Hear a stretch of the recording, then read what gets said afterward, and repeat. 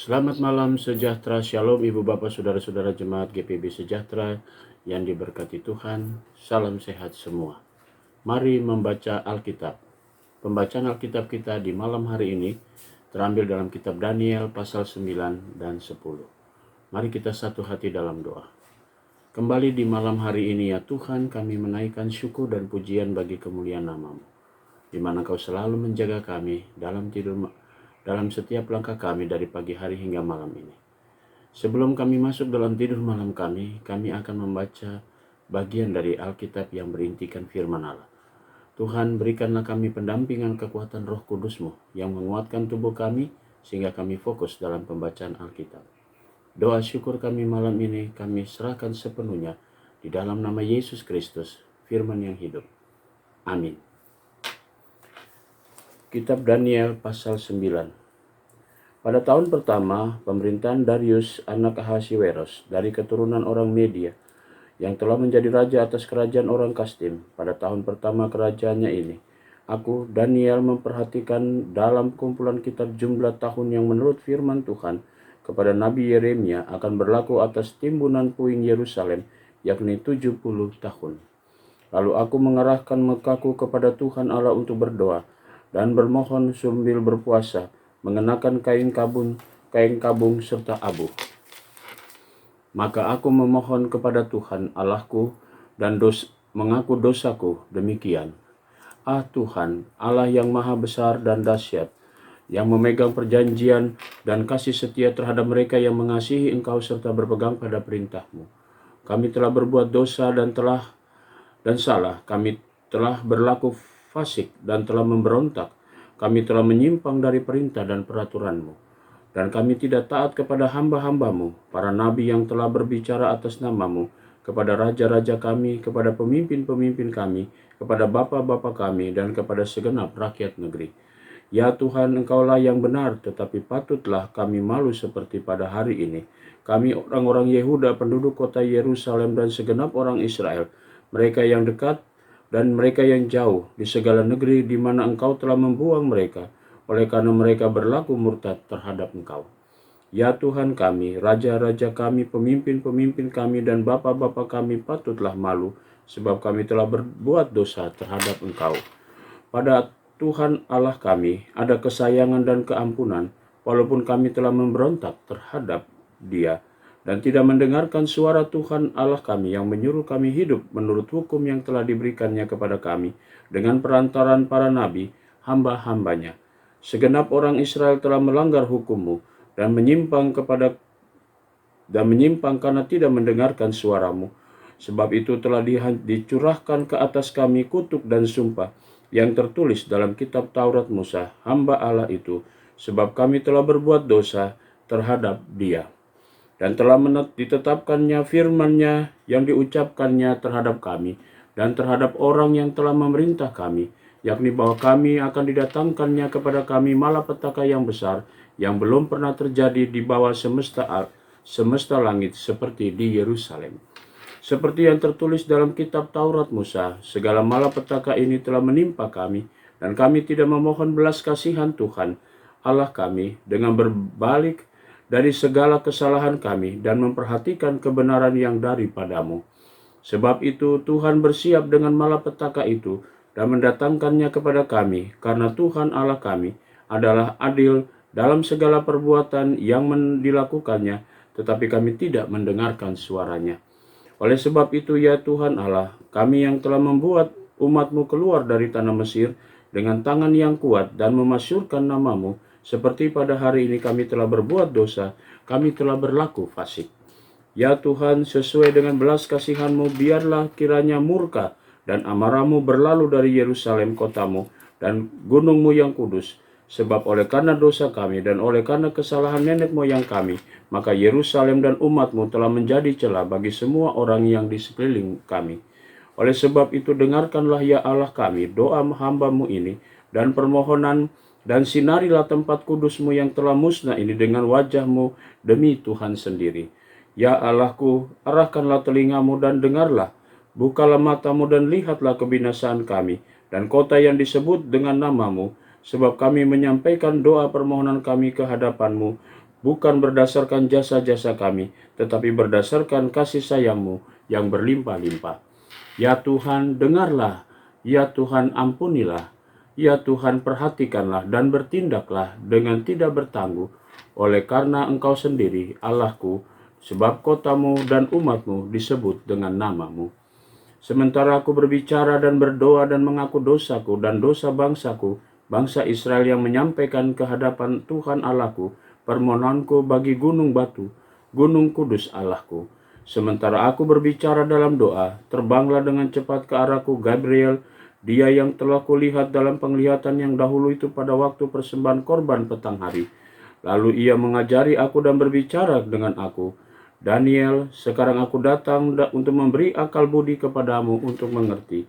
Ketika engkau mulai menyampaikan permohonan, keluarlah suatu firman, maka aku datang untuk memberitahukannya kepadamu, sebab engkau sangat dikasihi.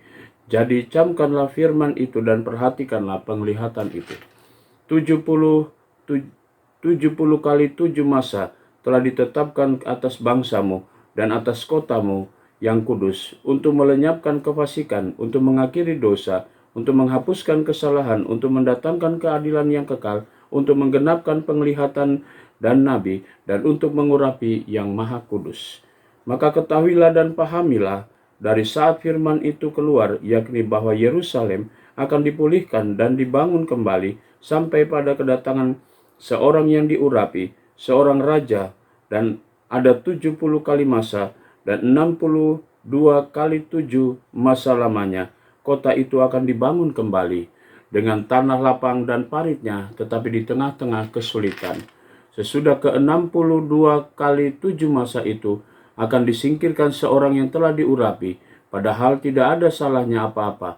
Maka datanglah rakyat seorang raja memusnahkan kota dan tempat kudus itu, tetapi raja itu akan menemui ajalnya dalam air bah, dan sampai pada akhir zaman akan ada peperangan permusuhan seperti yang telah ditetapkan.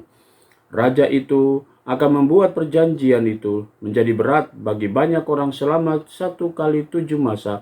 Pada pertengahan 7 masa itu ia akan memberhentikan korban sembelihan dan korban santapan, dan di atas sayap kekejian akan datang yang membinasakan sampai pemusnahannya yang telah ditetapkan menimpa yang membinasakan itu. Kitab Daniel pasalnya yang ke-10. Pada tahun ketiga pemerintahan Kores, raja orang Persia, suatu firman dinyatakan kepada Daniel yang diberi nama Belshazzar. Firman itu benar mengenai kesusahan yang besar, maka dicamkannyalah firman itu dan diperhatikannya penglihatan itu. Pada waktu itu aku Daniel berkabung 3 minggu penuh. Makanan yang sedap tidak kumakan, daging dan anggur tidak masuk dalam mulutku, dan aku tidak berurap sampai berlalu 3 minggu penuh. Pada hari ke-24 bulan pertama, ketika aku ada di tepi sungai besar, yakni sungai Tigris, ku angkat mukaku, lalu kulihat tampak seorang yang berpakaian kain lenan dan berikat pinggang emas dari Ufaz. Tubuhnya seperti permata Tarsis dan wajahnya seperti kilat, matanya seperti suluh yang menyala-nyala, lengan dan kakinya seperti kilau tembaga yang digilap, dan suara ucapannya seperti gaduh orang banyak. Hanya aku Daniel melihat penglihatan itu, tetapi orang yang bersama-sama dengan aku tidak melihatnya, tetapi mereka ditimpa oleh ketakutan yang besar sehingga mereka lari bersembunyi. Demikianlah aku tinggal seorang diri. Ketika aku melihat penglihatan yang besar itu, hilanglah kekuatanku. Aku menjadi pucat sama sekali dan tidak ada lagi kekuatan padaku. Lalu ku dengar suara ucapannya, dan ketika aku mendengar suara ucapannya itu, jatuh pingsanlah aku terlungkup dengan mukaku ke tanah. Tetapi ada suatu tangan yang menyentuh aku dan membuat aku bangun sambil bertumpu pada lutut dan pada tanganku. Katanya kepadaku, Daniel, engkau orang yang dikasihi, camkanlah firman yang kukatakan kepadamu, dan berdirilah pada kakimu, sebab sekarang aku diutus kepadamu. Ketika hal ini dikatakannya kepadaku, berdirilah aku dengan gemetar. Lalu katanya kepadaku, janganlah takut Daniel, sebab telah didengar perkataanmu sejak hari pertama engkau berniat untuk mendapat pengertian dan untuk merendahkan dirimu di hadapan Allahmu. dan aku datang oleh karena perkataanmu itu. Pemimpin kerajaan orang Persia berdiri 21 hari lamanya menentang aku, tetapi kemudian Mikhail, salah seorang dari pemimpin-pemimpin terkemuka, datang menolong aku, dan aku meninggalkan dia di sana berhadapan dengan raja-raja orang Persia. Lalu aku datang untuk membuat engkau mengerti apa yang akan terjadi pada bangsamu pada hari-hari yang terakhir, sebab penglihatan ini juga mengenai hari-hari itu. Ketika dikatakannya hal itu kepadaku, kutundukkan mukaku ke tanah dan aku terkelut. Tetapi sesuatu menyerupai manusia menyentuh bibirku, lalu kubuka mulutku dan mulai berbicara kataku kepada yang berdiri di depanku itu, Tuanku, oleh sebab penglihatan itu aku ditimpa kesakitan dan tidak ada lagi kekuatan padaku. Masakan aku hamba Tuanku ini dapat berbicara dengan Tuanku? Bukankah tidak ada lagi kekuatanku padaku dan tidak ada lagi nafas padaku? Lalu dia yang rupanya seperti manusia itu menyentuh aku pula dan memberikan aku kekuatan dan berkata, Hai engkau yang dikasihi, janganlah takut, sejahteralah engkau, jadilah kuat, ya, jadilah kuat.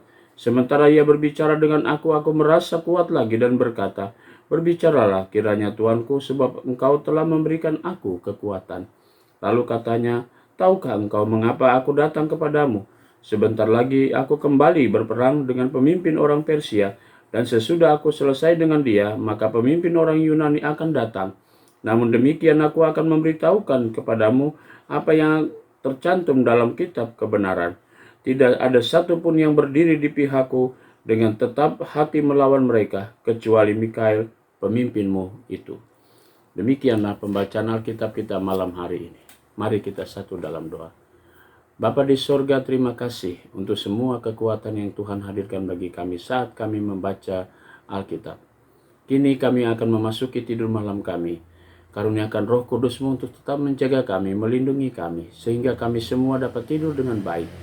Dan besok pagi kami boleh bangun dengan kekuatan yang baru untuk kami melaksanakan panggilan dan pengutusan sesuai dengan kehendak-Mu. Kami berdoa untuk jemaat GPB Sejahtera di DKI Jakarta, tiap pribadi, tiap keluarga. Inilah syukur kami di malam hari ini ya Tuhan, yang kami naikkan semuanya dalam nama Yesus Kristus, Tuhan dan Juru Selamat kami yang hidup. Amin. Selamat malam, selamat beristirahat. Tuhan memberkati saudara.